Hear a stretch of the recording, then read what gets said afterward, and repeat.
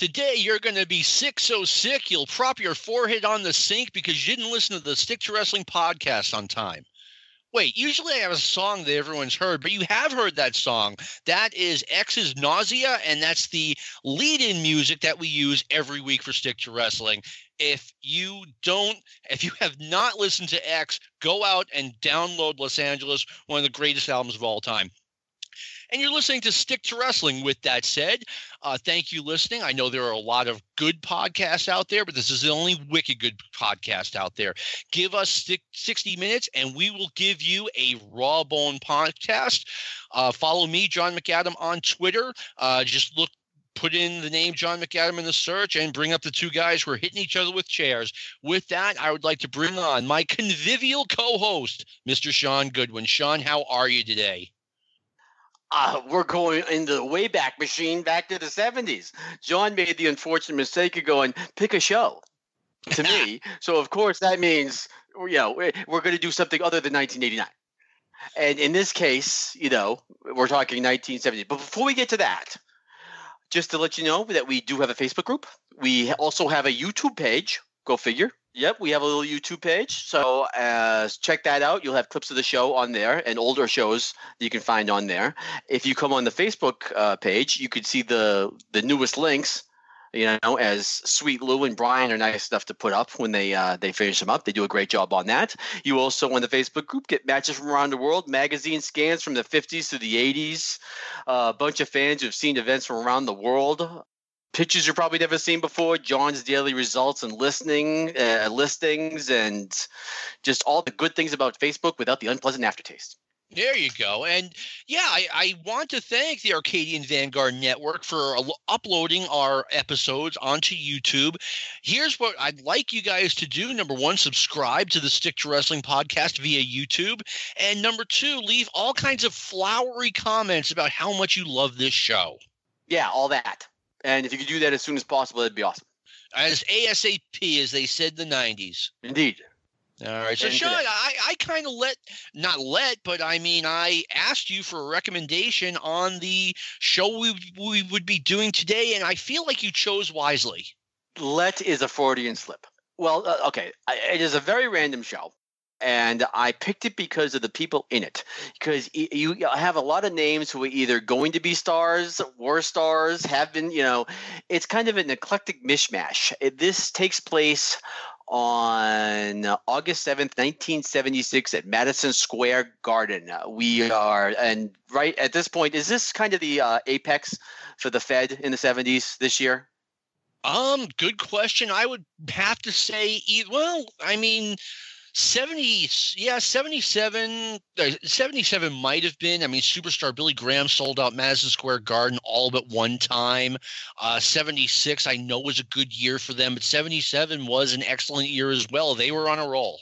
A lot of Bruno's popularity is, when you think of how crazy popular Bruno is, it's not from the first time. The first time he was popular, but if you look at crowds then, you would see the occasional 6,000, 7,000, 8,000. It was from this era. Because when he came back, what was the response when he came back? This is when the cult of Bruno seems to have taken off. It was almost like when Bruno was around for so long the first time, it seemed to get stale towards the end, and then I think after him being gone for 3 years, I think people realized how much they valued and missed him. What was the setup for him coming back? Oh, let me think. It's before my time, but if I recall correctly, they brought him back, and when they brought him back, everyone, from what I understand, from what I've heard, everyone knew he was winning the title. Oh, of course. Whose idea was it to bring him back? Is it really the deal? I know you say it's, Morales didn't sell anywhere else outside of the Garden, but Morales really sold the Garden. He did. I think the problem was that Morales was drawing weak crowds in places like Boston and places like Pittsburgh, Baltimore.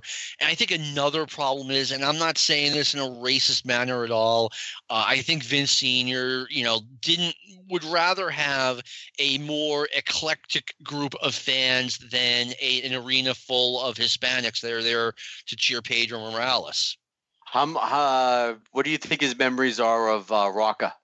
I mean, that's the thing. Like, that's what I'm saying. I mean, is he sitting there like, am I going to run into, because he's remembering the riots and stuff like that from the late 50s.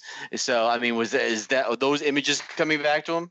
Probably not, because as far as I know, there weren't any riots, at any of the WWF shows. I just think that he wanted to go with I mean, Bruno was very ethnic. Obviously, Backlund wasn't, but I think he wanted to go more that Italian type champion that would bring out. How do I put this? He might, and this is just my theory, he may have been looking for a more affluent audience. Backlund almost was, as you said, he was almost so much of a what was the word you used? I just it was almost like he was so much of a kind of a neutral as far as this goes, that he almost had its own kind of culture to own personality to it. He had that kind of little waspy thing. Yeah, he was totally like non-ethnic, non-ethnic, and that's it. One reason why they wanted to go with him. Ethnic. He almost created his own ethnic kind of thing. He was so neutral in the regard. So why did I pick this show? Because again, you asked me to pick a show, and I probably regretted it soon after. Honestly, I love the MSG, the HBO shows. It's like it's so different from back then, because at least in the Northeast, everything was taped. You never really saw anything live. This was the one example of it. Did they have any other live product aside of this? On HBO, not that I'm aware of. I don't think so. I mean, at all. HBO was primarily movies. I mean, they were really going off the script, at the time, by putting on pro wrestling shows. It was strictly movies. Well, what I'm also saying is that did the WWF have any live programming at this point? No, just this. Yeah, and so it's an entirely different feel. Yeah, and they only had the shows from Madison Square Garden. The Philadelphia shows didn't start on Spectrum until 1978. The Boston Garden shows didn't start until 1985. Yeah, and HBO was different at this point. As you said, I mean, they were it was like ESPN in the early 80s. You'd find skateboarding tournaments, and they're kind of finding their way a little bit. So you would end up seeing a wrestling show. It's not that. How did they do? Who produced it? Did they just kind of produce it themselves and give it to HBO? That's a good question. I have no idea. But one thing you talked about, and I'm getting a little bit off the subject here. Mm-hmm. People talk about the AWA. Oh my gosh, they were on ESPN. ESPN. The ESPN that existed in 85, 86 does not at all resemble the ESPN that exists today. I mean, ESPN didn't have Major League Baseball until 1990, and that was the first major sport that they had. And we were all a little bit blown away that MLB would kind of lower themselves, quite frankly, to be on a cable station like ESPN. Well, ESPN by the end of that decade had all four major sports. But yeah, back then they were showing college baseball and, like you said, skateboarding tournaments. Canadian Football League was their big draw. I mean, it just didn't resemble the ESPN that exists today. And that's exactly what you were getting pretty much with HBO back in the 70s. Because, I mean, what the hell is this? Cable? No one ever knew what any of this stuff was. So, I mean, they were basically kind of defining what they were. Were there any other cable stations back then? The movie channel was big. That's the only one I can think of that was big. But basically, they would run movies that had been their big draw was running movies that had been in the theater 5-6 months ago. But yeah, it's it's not as unusual as it looks to see them on there. But the next time they had program that remind me of this was when they went to Saturday Night's Main Event. Okay, yeah, that's actually a good comp. And Vince is your host. If you're thinking of Vince, the crazy loud Vince from the 80s and more the 90s, not this guy. This guy's different. I actually like this guy as an announcer. He takes a little bit like Howard Cosell. Yeah, he looks like a mash of Howard Cosell and Gordon Solie, except he really doesn't do it as well as the guy obviously does it, but it's a lot more serious. He doesn't feel like I don't feel like he's insulting my intelligence like I would with like Bill Mercer. He's fine. Yeah, at no point do I sit there and think, oh, this guy's a clown. I can't have, at no point do I hear him. Later on I would. But in the 70s, I thought he did a good job. Oh, same here. In 1984, Vince McMahon, completely changed the product and completely changed his on-air persona. And I also noticed, like, they're doing a one-man booth, which I never liked. It's one guy just talking to himself. But McMahon did a really good job keeping it moving throughout this card. Like, at no point did I say, he needs someone with him. Well, and Vince also had this little thing he would do on the MSG cards where if he was kind of, for whatever reason, he would just start randomly talking to like one of his buddies who happens to have some businessman. One guy was some diamond salesman or something. Oh, and yeah. What do you think of the card? Oh, yeah, really? Yeah, that's good. Yeah, this is on 42nd and, whatever avenue. Yeah, he has a nice store over there. So they very much feel like they're winning. How much did he have behind the scenes, Vince, at this point? Probably a lot because he's the announcer and he is the owner's son. So you got to figure that. And Vince was always kind of a big guy, so he probably had a lot of pull in the company. Like he was someone you wouldn't want to piss off. What would the comparison be between Triple H today? Oh. That's a good comp, but at the same time, I just don't like Vince Sr. like let go, and he eventually just gave everything to Vince Jr. I mean, Vince McMahon to this day, he has not let go. I'm not sure. Also, I'm not sure if Vince was considered the heir apparent yet. He just taken over for Ray Morgan. Maybe 4 years earlier than 76. Was he really taken seriously as the guy before Cape Cod, before he took over the Cape Cod building? That's hard for me to say. I don't know firsthand, but I mean, if you sit down and think about it, I mean, it's the owner's kid. The owner is getting older. Chances are, who's going to be in charge of this someday? But it almost seemed like maybe that's what he's thinking. But he's like, I need to see you that you can do this. I'm not giving it to you. Because he also knows that he's not the only owner. And he has other owners there who are, been around a long time. True.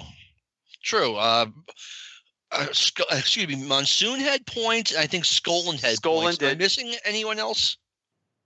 I think Wally did too. Wally Gilzenberg? Oh, Willie Gilzenberg. I'm sorry. Willie Gilzenberg. Yeah, in New Jersey. Okay, yeah, I've never heard that before, but it's very possible. But again, these are all guys who've been around the block a million times. So you're basically sending somebody into a little, until a den of wolves if they're not ready for this. So he seems like he's kind of in the process of getting him ready, understanding the TV. I bet he had a lot to do with the TV. Oh yeah, definitely. And then then it was a progression. I think it was the Cape Cod arena that he ended up buying into in the late 70s was another kind of step forward in showing his worth. And Vince seemed to understand this too because he was playing the game. Yeah, he owned the Cape Cod Coliseum and he owned the hockey team, the Cape Cod whatever they were, and we would have to sit there for 10 minutes. Vince would just advertise his hockey team on the wrestling show, and we'd miss a match every week. Hey, you know what? Cape Cod Crusaders, that's who they were. So, but that's another reason. So it's a good era for them. It's an interesting era for them. And you have you have a young Kevin Sullivan, the Southie cop version. You have a young Bruiser Brody, pre-monsoon scuffle. You got a hot Bruno Hansen match, which it doesn't get any better than that. So, this looked like a fun card to spend the evening with, and you can obviously get it on the network. You have 22,000 here, so I'm guessing the Felt Forum was in play. They mentioned that the Felt Forum, there were people watching in the Felt Forum, yes. You ever been to the Felt? I would never, and I think it would have been really cool to take in a wrestling show from the Feld Forum just to see what the experience is like. But let me throw this in too. This is right when I fell in love with wrestling, and I would have given anything as a 10 or 11-year-old to have seen this, to have seen the Boston Garden version of it. They had Bruno and Hansen in the cage match in the Boston Garden. I think it was November 76, and I begged my dad to take me, and there was absolutely no way. But yeah, this is when I first started getting into this. And I mean, think about the first time you started getting into anything, whether it be music, baseball, whatever it is, and you're first discovering it. This is the show for me that would have encapsulated that. And I mean, if someone had told me, hey, don't worry about it, 20 years down the line, you will be able to see this show, like, I would have taken that. I obviously I wasn't aware of like VCRs, and I certainly wasn't aware of, a WWE network and being able to see this show sometime in the future. So that's pretty cool. So, okay, we, again, 22,000. Whenever, it's a big crowd when they say the Felt Forum. It's like, all right, it's a big deal. And I wasn't there for the time, so I don't know firsthand what it was like. Explain to me what it was like for the fan base when the broken neck happened. Oh, man, this is, like I said, this is when I first started getting into it. They never showed it. I don't think they ever released the footage of the body slam until they had the feature when Bruno passed away. I mean, that body slam was unbelievable. He just put Bruno into the mat like a dart, and you couldn't be surprised what happened. But anyway, I mean, the people were so – to say they were so mad at Stan Hansen is an understatement. I mean, Stan had to feel like his life was in danger only because it was, I mean, and the world was crazy back then. You could have some half mafia guy like going after Stan Hansen with a gun because he's that mad that Hansen did this to Bruno. So there's your background. We're heading into MSG, and your champion is Bruno Sammartino. He has been the champion since December 10th, 1973. Your tag team champions, and we'll get to them in a second, the Executioners, who won the championship in May 11th of 76. Your number one movie was The Omen. The number one song of the week, Don't Go Breaking My Heart, with Elton John and Kiki D. And the number one TV show, All in the Family. Back in the Wayback Machine, your opening match, Jose Cadiz and Johnny Rivera. I have no idea who Jose Cadiz is, and he got a lot of offense. Okay, coming into this, I had never heard of Jose Cadiz before. I had not seen his name mentioned in a magazine or anything. And I'm sitting there, when the match comes on, I'm wondering, how did this guy get this once-in-a-lifetime opportunity just to be on the Madison Square Garden show? But then the match starts, and he's not a big guy, but he is a good wrestler, and he knew how to be a heel. He was really effective as a heel. I cannot help but think that he just went under a different name somewhere, wherever else he went, and he was Jose Cadiz for one night at Madison Square Garden. If anyone knows the story behind this, Jose Salas Rodriguez, maybe, please help us out. Go to our Facebook page and tell us the Jose Cadiz. I keep calling him Joe Cadiz. It's Jose Cadiz. And I have no background on this guy except for that one match, but he was really good. And Sean, what a coincidence. Don't Go Breaking My Heart was number one on this date. I had no idea. Yep. But another thing, Cadiz a little bit reminded me of kind of Eric Embry style. Kind of a very kind of old school heel style, but it was effective at it. Yeah, I mean, since I watched this match, and I watched it really sat down and watched it for the first time 3 or 4 days ago, and it's a real mystery to me now. Like, who is this guy? Because I was impressed by him.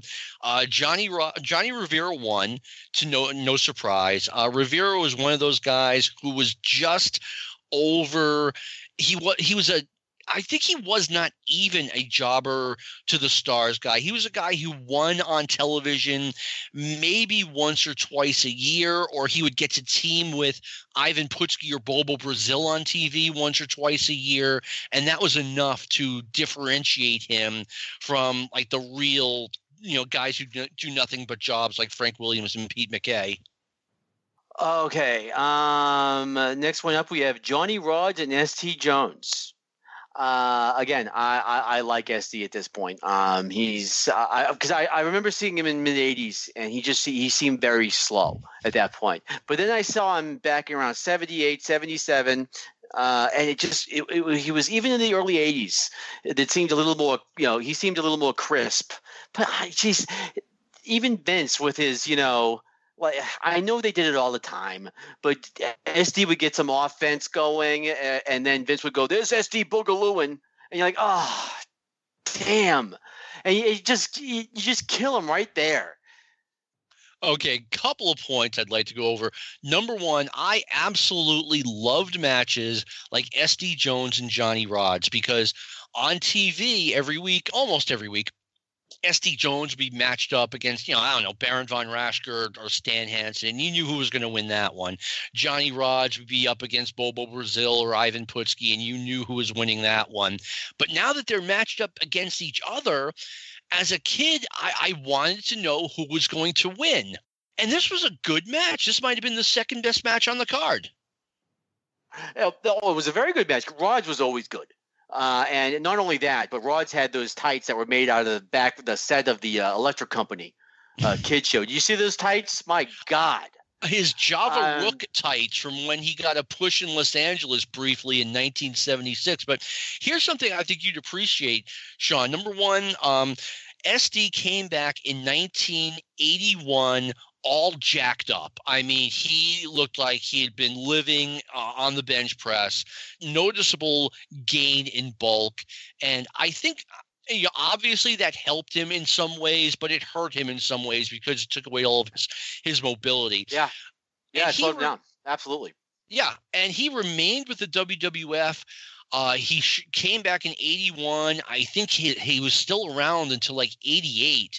And people liked SD Jones. I remember going to matches at the Boston Garden, at at some high school or whatever, and SD would finally get some offense in, and the people in the crowd would start screaming at him, "Get in there, get him! Don't just stand there."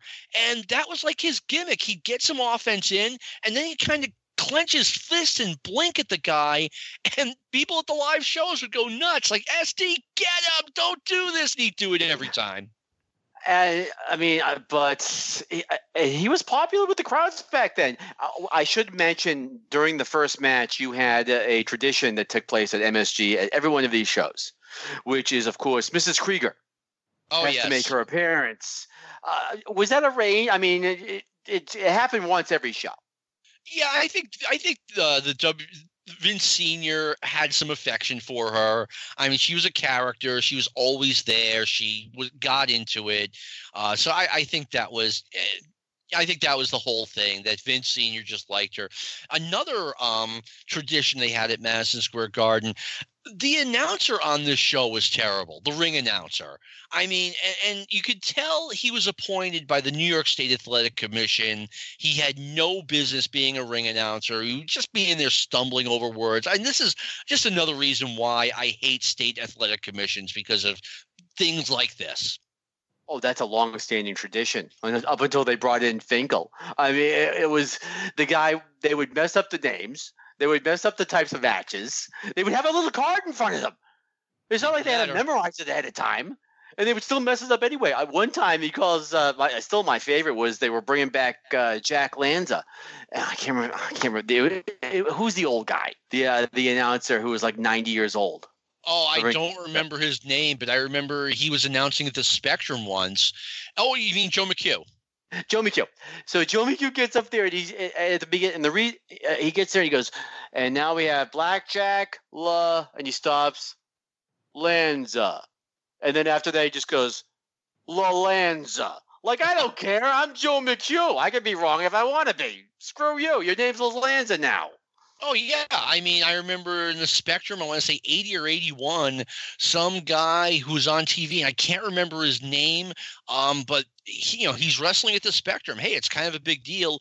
And he just misidentifies him. He calls him totally the name of a different wrestler. And again, it's Pennsylvania, so it's an athletic commissioner announcer. It makes no sense.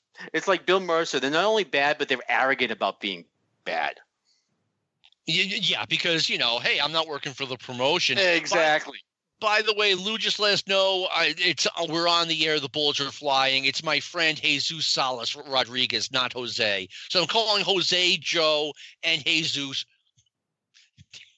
Jose. I'm on a roll here, kids. We're doing well. Hey, you know what? It's like I said, live to tape. But, I mean, this was a funny part about the beginning of the Raw SC Joe, man, and it kind of tells you the different kind of ways fans are educated. So they start off with some mat work, which is standard operating procedure down south if you have a cold match, is to do some wrestling on the ground. Vince has if this was Gordon solely, Gordon would have been in heaven. There would have been, move around, all this other kind of technical stuff that I don't know because I learned wrestling in the Northeast. And I don't know any of this because Vince didn't know any of this. And whenever you go to the mat, Vince is completely lost. Yeah, rarely did WWF guys go to the mat, but Johnny Rodz did, and he rode Estie for a while. One thing, too, about Estie, right around this time, he has gone from a part-time guy who worked the Metro Philadelphia area shows, and now he's starting to work all over the place. So they've kind of given him a promotion. Well, it doesn't last too long. No, it doesn't. So eventually, I don't want to give away the mystery for you since it happened this long ago, but Rodz does get the win. They do that goofy double suplex thing. One guy gets the shoulder up first, because that was important. SD got the win, man. It was Rodz that didn't. Oh, have, yeah. Rodz got the suplex and SD got the shoulder up. Right. So SD got a win. Yeah. Did Johnny ever get a win? Yes, Johnny Rivera, he was like the heel edition of Johnny Rivera, where he would get like 1 or 2 wins on TV a year, and that would make him like more credible than the other guys who never won. Next up, we have, which ended up being an interesting match. We have the Executioners against Dom DiNucci and Jose Gonzales.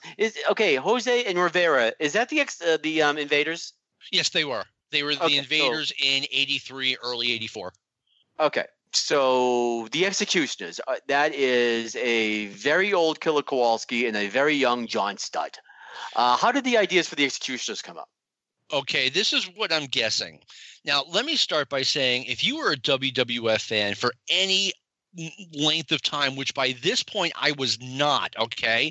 If you had been a WWF fan in 74 when Kowalski was there, how could you not know that Executioner #1 was Killer Kowalski? I mean, he was a really tall guy with that body, but wait, in 74 he was wearing a mask.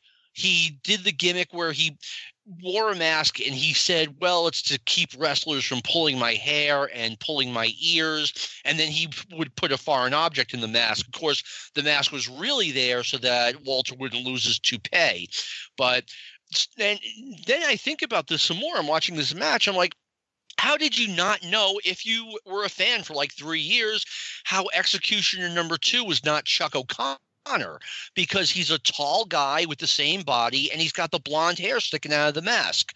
So, I mean, it was a thought. Like I said, this show is from well over 40 years ago, but it was a thought I never had. Like, how could you possibly not know? How old's Kowalski here? Kowalski, I am going to guess he is 50. Yeah, because you can easily find stuff from him in the early 50s. Yeah. On YouTube. So he's got to be. I'd always I come up with the idea. I thought it was the same reason as wrestling too. Johnny Walker went into the mask just because he looks old. But you're right. The body is just so distinctive. He has those long limbs, the huge rear end. I mean, it's, that kind of curved back a little bit. I mean, you can't. It's like putting a mask on Dusty Rhodes, and like, Dusty Rhodes did a couple of times. And by the way, guess who wins the pony? But the deal was that was part of the joke of that gimmick. Was everyone knew it was Dusty, then J.J. Dillon would come and flip it out like, "Oh, come on, you can't figure out who that is." Yeah. It wasn't quite that bad, but guess who won the pony? Killer Kowalski was exactly 50 years old on this day. And throughout this match, I have to hear Vince going, "Gee, you can barely tell them apart." Oh, shut up. Well, they won the tag team titles by doing the switcheroo gimmick. So we have that. But I want to tell a story about the Executioners. In Wrestling World magazine, I remember this, they had a thing in their, welcome to the magazine. And in this magazine, we have hidden the names of the Executioners. See if you can find them. Well, of course, I start looking through the magazine, and on the bottom of the page, right near the page number, on the left side, it says Killer Kowalski, and on the right side, it said Chuck O'Connor. And I'm like, okay, now I know who the Executioners were. And immediately it took some of the fun out of it. Part of the fun was never knowing who these guys were, and now I knew. Oh, I think it's almost them saying – it reminded me of that scene from WKRP where Johnny Fever accidentally said the contest is worth $10,000 when it was only supposed to be worth $1,000. So he tried to cut the songs really close together when he did name that tune. Hopefully he wouldn't get – of course, someone got it like 5 minutes into it. But there is no way – okay, I can see where you would not know Chuck O'Connor. Maybe, kind of. There is no way you cannot know that's Kowalski. There's one way, and that's I never seen Kowalski before because I was that young. Oh, okay, that's different. But I mean, if you had seen Kowalski against Pedro, back in 71, whatever it was, then that body style is just so Killer Kowalski. It looks like him. So you have DiNucci and Jose. I do not remember Jose Gonzalez being this short. No, I remember him being a smaller guy. This was a typical WWF babyface team that they threw together to take, for a mid-card match against the heel tag team champions. Because you got DiNucci, who's got a little bit of a push. He was a former tag team champion, so that's never going away. And then you have Jose Gonzalez, who once again was one of these guys who won on TV 2 or 3 times a year, and the rest, and he would occasionally team with like Ivan Putski or whoever, and that gave him enough credibility to where, okay, he's not automatically going to lose every match, but you knew coming in DiNucci and Gonzales had no chance they were not going to win this match, and they didn't. Again, it's like a North-South thing, because there were just certain matchups as a Northern fan that you knew that you weren't going to have a title change on it. You didn't need cameras. You could look at the like, okay, he's not going to win, obviously. Yeah. But they did give them a lot of let's put it this way. 10 minutes into this match, I was looking for Bobby Heenan in the bag. Chuck O'Connor gets slammed by Dom DiNucci with the $15,000.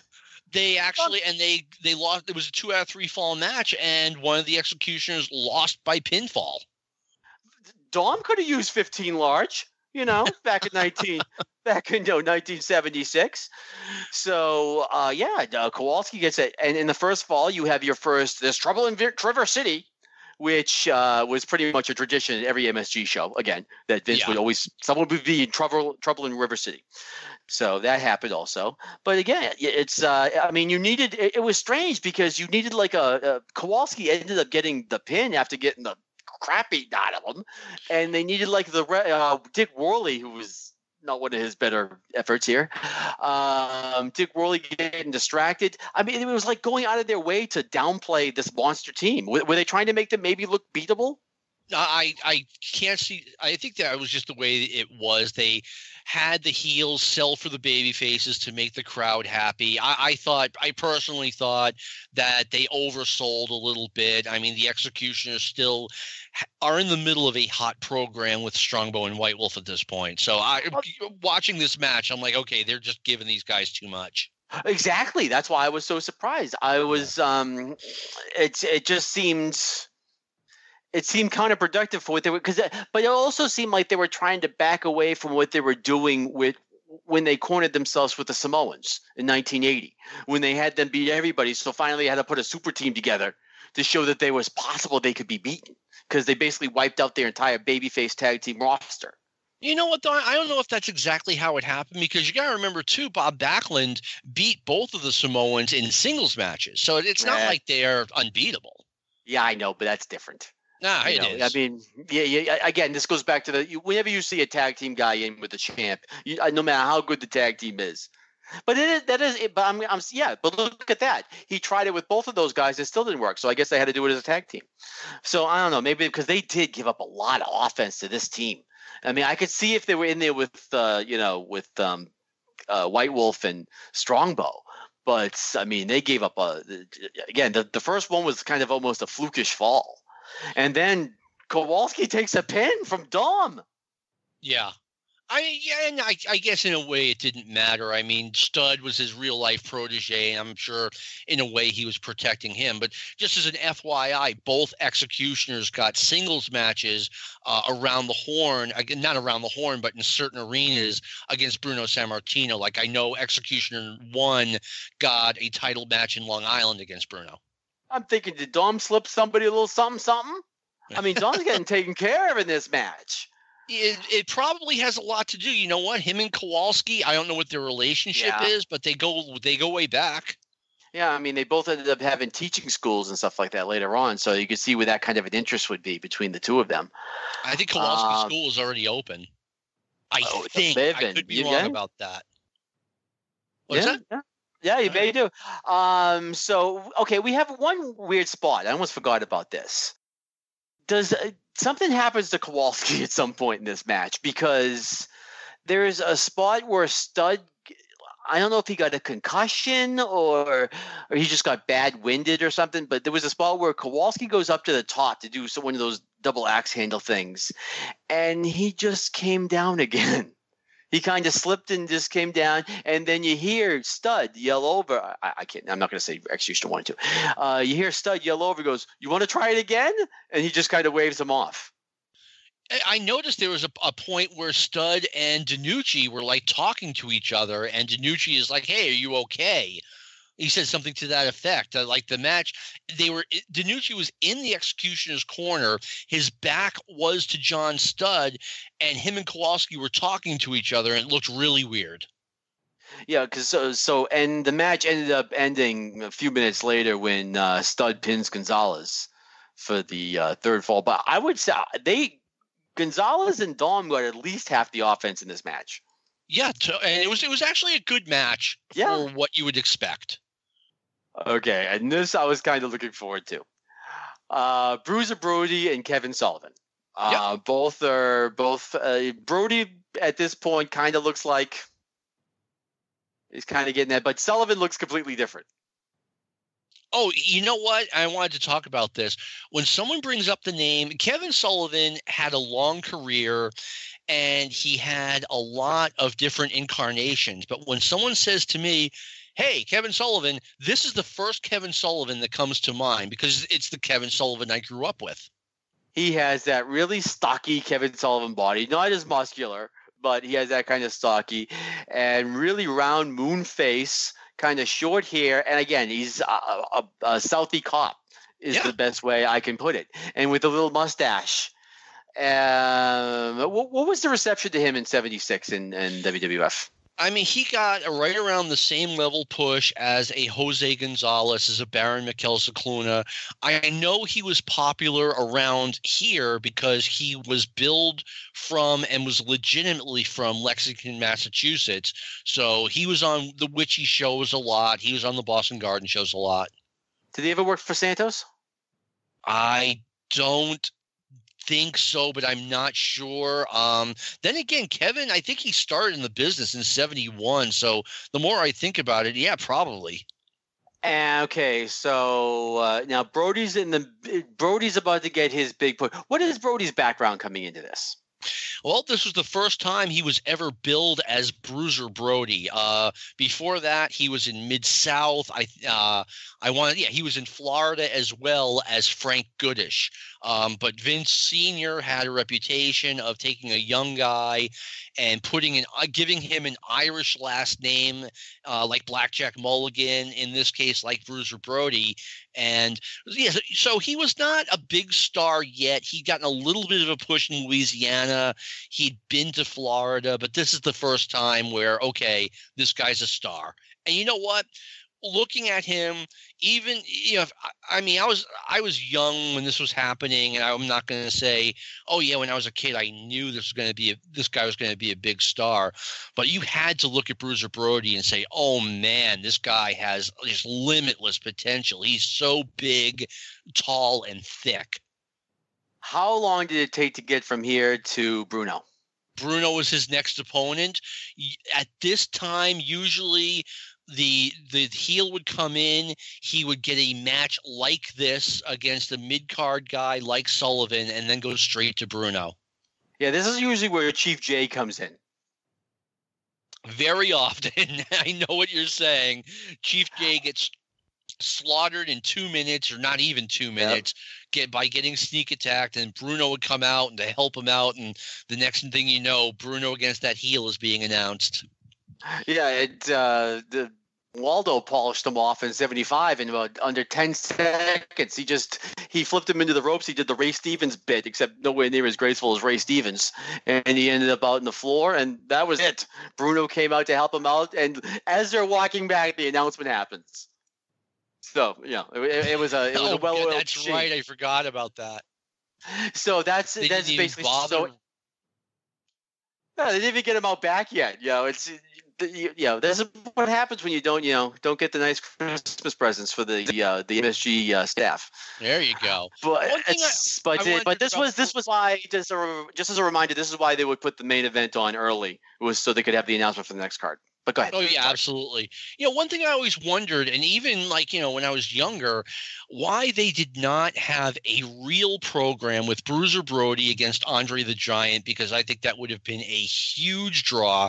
They did do Brody in a couple of six-mans against Andre, if I recall correctly, at Madison Square Garden, but they did not do the singles match.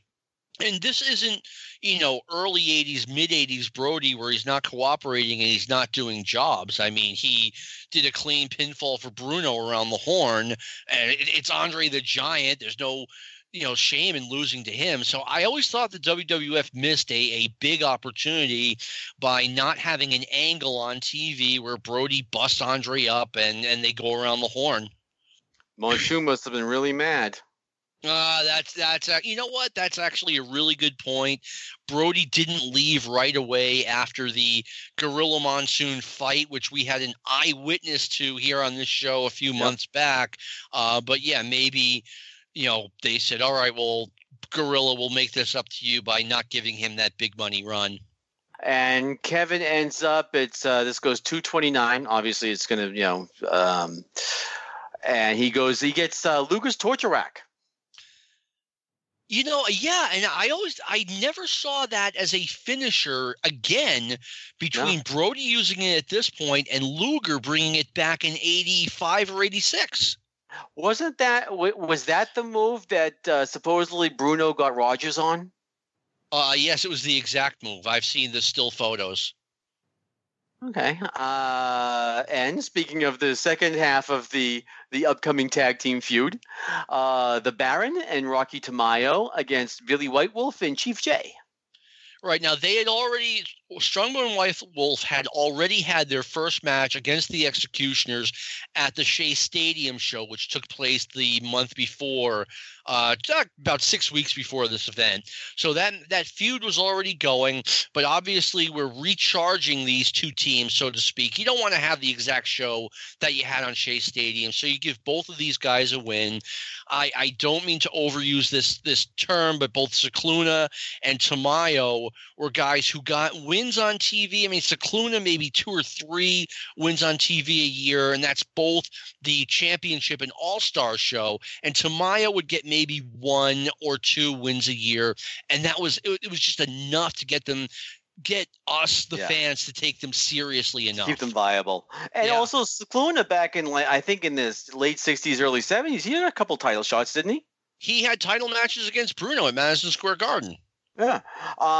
Okay, and this is another perfect example of the ring announcer stupidity. So this ring announcer starts off with Billy White Wolf and his partner, who needs no introduction except this. He's Chief J Strongbow. What? Goof. Yeah, Strongbow, and I didn't realize this until pretty recently. I thought he'd been gone for like 2 or 3 years, and no, he had been gone for less than a year. And before that, so he'd had like a 5 or 6 year run in the WWF, and he was gone for maybe 8 or 9 months. And according to Billy White Wolf, Strongbow more or less demanded that he be allowed to return so that, Billy White Wolf couldn't be the number one Native American guy in the Northeast. Strongbow did not like White Wolf. Well, I don't think White Wolf particularly liked Strongbow either, from what I understand. Oh, I'm sorry. That's what I meant to say. White Wolf did not like Strongbow. Oh. He made that perfectly clear in one of his shoot interviews. And apparently the line for not liking Strongbow was I was going to say, the other line doesn't seem particularly long. But, yeah, so... Well, like, how over was it? Because this, as you have often said, these were the guys who kind of got you in the door, who made you the super fan. As I kind of will joke occasionally, this is the tag team that sold 1 million VHS tapes. It's not even a joke. So but what was the appeal of these guys? Strongbow just had that charisma. White Wolf, he was my favorite when I first started watching. We're talking 3 or 4 months of fandom. And I just thought he was a colorful character, and I liked the war dance and all that stuff. And Strongbow, when he came back, he just boat raced White Wolf. It was obvious who the big star was, and the ovation Strongbow got when he returned was just immense. It was incredible. Rocky Tamayo was around. Since I started watching, and then he got away from the jobber to the stars thing. He just became a jobber, and his appearances on TV became less and less frequent. I remember one time, I want to say in early '79, he comes on, and it's Vince McMahon and Bruno Sammartino doing commentary. Vince had just started doing commentary, and Vince is like, "What's this guy's name? Tomato?" And Vince is like, "No, Tamayo. Tomato, right?" It's like these two are doing their Abbott and Costello routine without even knowing they were doing it. So that's my Rocky Tamayo story. But how long were they together, White Wolf and Chief J? Because they seemed really popular, but they weren't together too long. No, they weren't. As a matter of fact, by the time they put the titles on Strongbow and White Wolf, they had become stale, much like the Strongbows did in 1982. They did this big convoluted thing where the Executioners were stripped of the tag team titles because there was a third Executioner, and they had this long, combobulated, made no sense tag team tournament that went on for, I want to say, 2 months on TV. And the Strongbow and White Wolf finally won the titles when Tor Kamada and Nikolai Volkov were the other final team, and Kamada got disqualified for throwing salt in Strongbow's eyes. And, White Wolf standing there with both belts saying, "Look, we won the belt," and Strongbow's in agony, holding his eyes because Kamada blinded him. And by that point, they had been around. I want to say they won them in March 1977. They'd been around since May of 1976. So yeah, the bloom was off the rose by that point. Here's a perfect example of another guy that you were talking before that some fans just don't look at age. Is Jay. Because he looked ancient. He always looked ancient when he was at the WWF. But no matter what, he always seemed to be able to get over, at least in Madison Square Garden. Even, I know at the end he kind of got stale, but even then he could pop a crowd occasionally. He's moving like Abe Vigoda even here. It never struck me that Strongbow looked old during this run. And again, that probably had more to do with my aging. But when he came back in '82, it was like, this had better be the Chief J Strongbow farewell tour. And it was. Yeah. So, well, whose idea was to put the team together for this team? Do you know? Was there a story behind it, or was it just one of those things that happened to hit? I think it was one of those things where, I mean, Strongbow supposedly called and said, hey, I need to come back. And after that, he had such a long run as a single. Maybe it was like, oh, you want to come back? Okay, well, we'll put you in the tag team with this guy. And they ran with it. And that's my best guess. Yeah. Okay. Now, really, this could have probably been the only match on the card, and they would have gotten away with it. One other thing about that last part. Was there ever an issue when you have a tag? Because I thought of this with Tor Kamada and Nikolai Volkov, another huge team. Was there a size issue when you have like White Wolf and Jay and against these massive teams like those two, or like the Executioners? I mean, is that part of the reason why you have to have the Executioners sell? No, as a matter of fact, I think that is a pro wrestling staple that the good guys are smaller than the bad guys noticeably, yet they're courageous enough to fight on and try to beat guys who are out way smaller than. I think that's a pro wrestling staple. And okay, we have we have the main event again. The main event never went on final. The last it went on before the intermission. And again, we have the ring announcer who, tried to explain the rules of a cage match, got confused, and then finally just said, if something happens to the ring, it doesn't count. So again, I can't emphasize that these guys have a card in front of them with this stuff supposedly written down on it. Oh, one thing too, I don't. It's a tiny thing. I think this was after intermission, because if you had a cage match in the WWF, it took place either right after intermission or it was the last match on the show.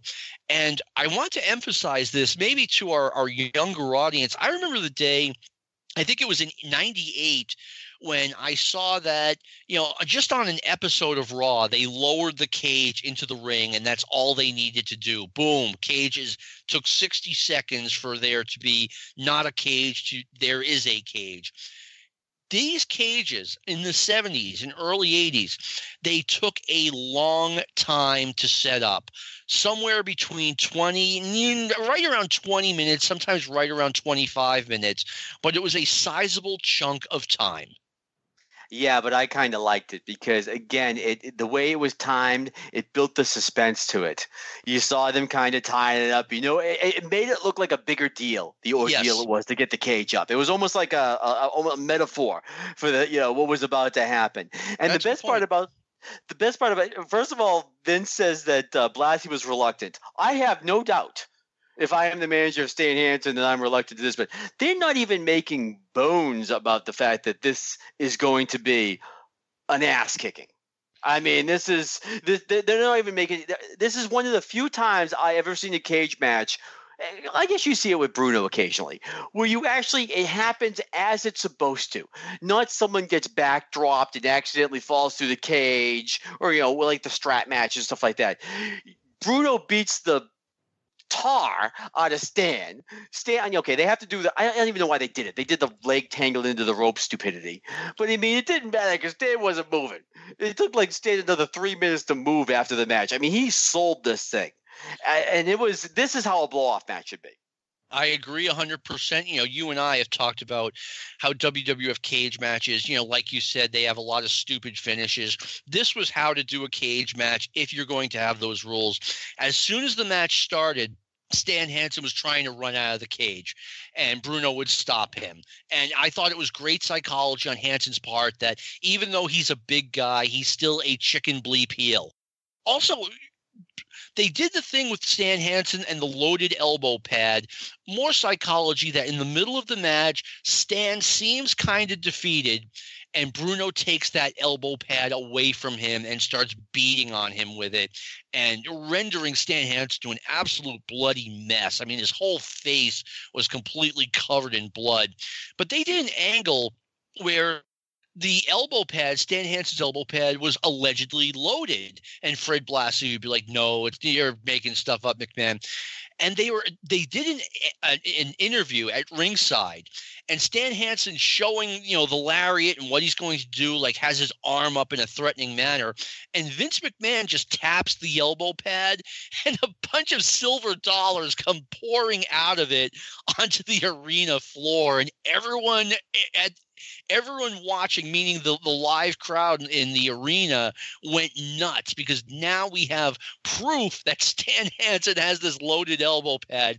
But it was the biggest clown spot in the world. All of a sudden, these silver dollars come flying out over a little tap, but it worked. It was completely one-sided, but within the context of what we're talking about, it entirely worked.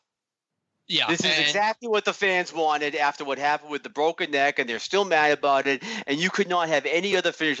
I bet Stan volunteered for this one. He's just like, you know what? I'm happy to take this beating, knowing that if he does anything else, he'll be lucky to get out of the Garden alive. Yeah, really.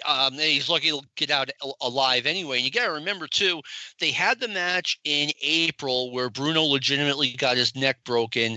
That was stopped on blood, and the blood was supposedly caused by Hansen having this loaded elbow pad. They take a couple of months off because of Bruno's injury. They have the Shea Stadium show. At the Shea Stadium show, Bruno is beating up Stan Hansen so bad that Stan just hightails it to the dressing room. So now we need a cage match in order for Bruno to get his revenge. Beautiful booking, except for the legit injury. Everything makes sense. And I mean, for those who complain about the Bruno style is absolutely, it's like when you put the Road Warriors into War Games. You can punch and kick to your heart's content. Go nuts. It works completely inside the context of the match. Same thing here.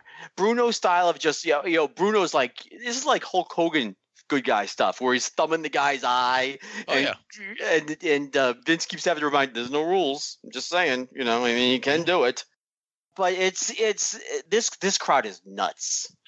I was going to say, even if you're not into old WWF wrestling, just check this match out, if for no reason, to see the giant ovation that Bruno gets after he's defeated Hansen, after he's just said, I've pounded on this guy enough, and he just gets up and walks out of the cage. The crowd goes nuts. It's like, they just won the Stanley Cup or something. Okay, so then after that, we always have two more matches, and it seems very strange how they – 2 or 3 more. It seems strange how they do this. Like sometimes they'll have a good match on there. Sometimes there'll be a match where it looks like they're just trying to run everybody off. But in this case, we start off with Bobo Brazil against is that the Gas House, Doug Gilbert? Yes, it is. Now, a couple of things. I talked about how long it takes to put up the cage. The cage doesn't come right down either. It takes 10 or 15 minutes to take that cage down. Please bear that in mind when as we discuss these 2 final matches. So you're waiting around for them to take this cage down so that you may enjoy the 2 final matches. Go ahead, Sean. Yes, that was Doug Gashouse Gilbert. By the way, 2 matches which lasted a combined total of less than 3.5 minutes. Okay, so the first one is you have Bobo against Gilbert, and if you've ever seen a Bobo match from this period, this is exactly what it is. Gilbert jumps Bobo, Bobo catches Gilbert in the corner with the boot, headbutts, and then Gilbert just does the Lou Albano finish for some bizarre reason. Except the Lou Albano finish took more than 45 seconds. I mean, Gilbert jumps him, Bobo headbutts him a couple of times. Gilbert rolls under the ropes and, waves his hands disgustedly at Bobo and walks back to the dressing room. Bobo didn't even get his ring jacket off. Well, I mean, why would there be a reason for that booking? It just doesn't seem. It's Doug Gilbert. I mean, he can't take a pinfall to Bobo Brazil. Yeah, he can't take a 60-second pinfall. I have no idea why they booked it that way. But in case anyone's forgotten, I always thought Doug Gashouse Gilbert was one of the oddest nicknames of all time. And about 1.5 years ago, I was on the 605 Arcadian Vanguard podcast baseball special, the 2018 preview. And I got to hang out on the phone with Kevin Sullivan and Brian Last for about 2.5 hours. And Kevin said that the reason the way he got the nickname Gas House was because he was so nuked out on steroids, that he was the first guy the wrestlers all knew, like no questions asked at this card. Even back then? Yeah, I mean, I would guess that Superstar Billy Graham would have been the first guy to get that nickname, but apparently not. Were they doing anything with Bobo here, or was just one of those things where Bobo was – because he was in a lot of these matches. He seems, that one right after the intermission. Were they going to do anything with him here, or just one of those things that the fans like Bobo will bring him in for a shot? No, Bobo was a regular in 1976. He would be gone probably by November-ish. And I just thought of something. But, yeah, he was one of the top baby faces. You know what? If I recall correctly, this just jumped into my head. I think maybe a couple of months back, they had a match between Bobo Brazil and Doug Gashouse Gilbert that went to a time limit draw. So maybe it's just Bobo getting that drawback. I'm not sure. And our last match is Skandar Akbar versus Ivan Putski, which I guess is a Greco-Roman classic. Oh, man. Akbar, and nothing against the guy. I mean, he gets a lot of credit for, I had this run in the WWF. I mean, he was managed by Fred Blassie at this time, but I don't think he ever got a title match against Bruno. I mean, he just wasn't a top guy. And I'm trying to remember, is Putski still in his taking Mighty Igor's bit, or has he turned into the bodybuilder yet? He is morphing into a bodybuilder at this point. I have to admit, I know he stole it from Mighty Igor, but he is way more entertaining as the big guy eating a kielbasa. In the middle of the ring screaming, him screaming Polish power as a, skinny guy with like a 28-inch waist isn't exactly the same thing as that big, I mean, what was the weight difference between the two? When he got down to his lowest, he was like 225, wasn't he? Oh, I mean, he when he got into his bodybuilder phase, he slimmed down and he bulked up. I mean, but he was still, not quite in the bodybuilder phase yet. And I checked history of WWE.com, which, by the way, I'd like to have their guy on this show at some point. This was Doug Gilbert's first match at Madison Square Garden, so obviously I imagine that time limit draw. But wait, they brought this match back in October. That's incredible. So this was 2 minutes and 51 seconds. I would have just preferred hearing Putski sing the Polish national anthem. But it's basically mostly a headlock because you really 2.5 minutes? We have to have a headlock? Yeah, and the whole thing was crazy. I mean, the whole thing was crazy. It dawned on me after the fact that they had the 40-second match with Brazil and Doug Gilbert, and the Putski Akbar match, which was like 2.5 minutes. So they had people hang around after the cage match for literally nothing. And speaking of literally, one quick question about that is, were they coming up on the curfew? Was the curfew legit, or was the curfew just they didn't want to pay union scale? The curfew was legit because they didn't want to pay union scale, so that might have had a lot to do with it. But then again, get the cage match out there a lot quicker. But yeah, we are literally out of time. I want to thank Sean Goodwin for him being my convivial co-host and all the stuff he does behind the scenes on the show. I would also like to thank our producer, Lou Kipilman, who makes this show listenable through his magic. And this has been a podcast of the Arcadian Vanguard Podcast Network. Go Vols.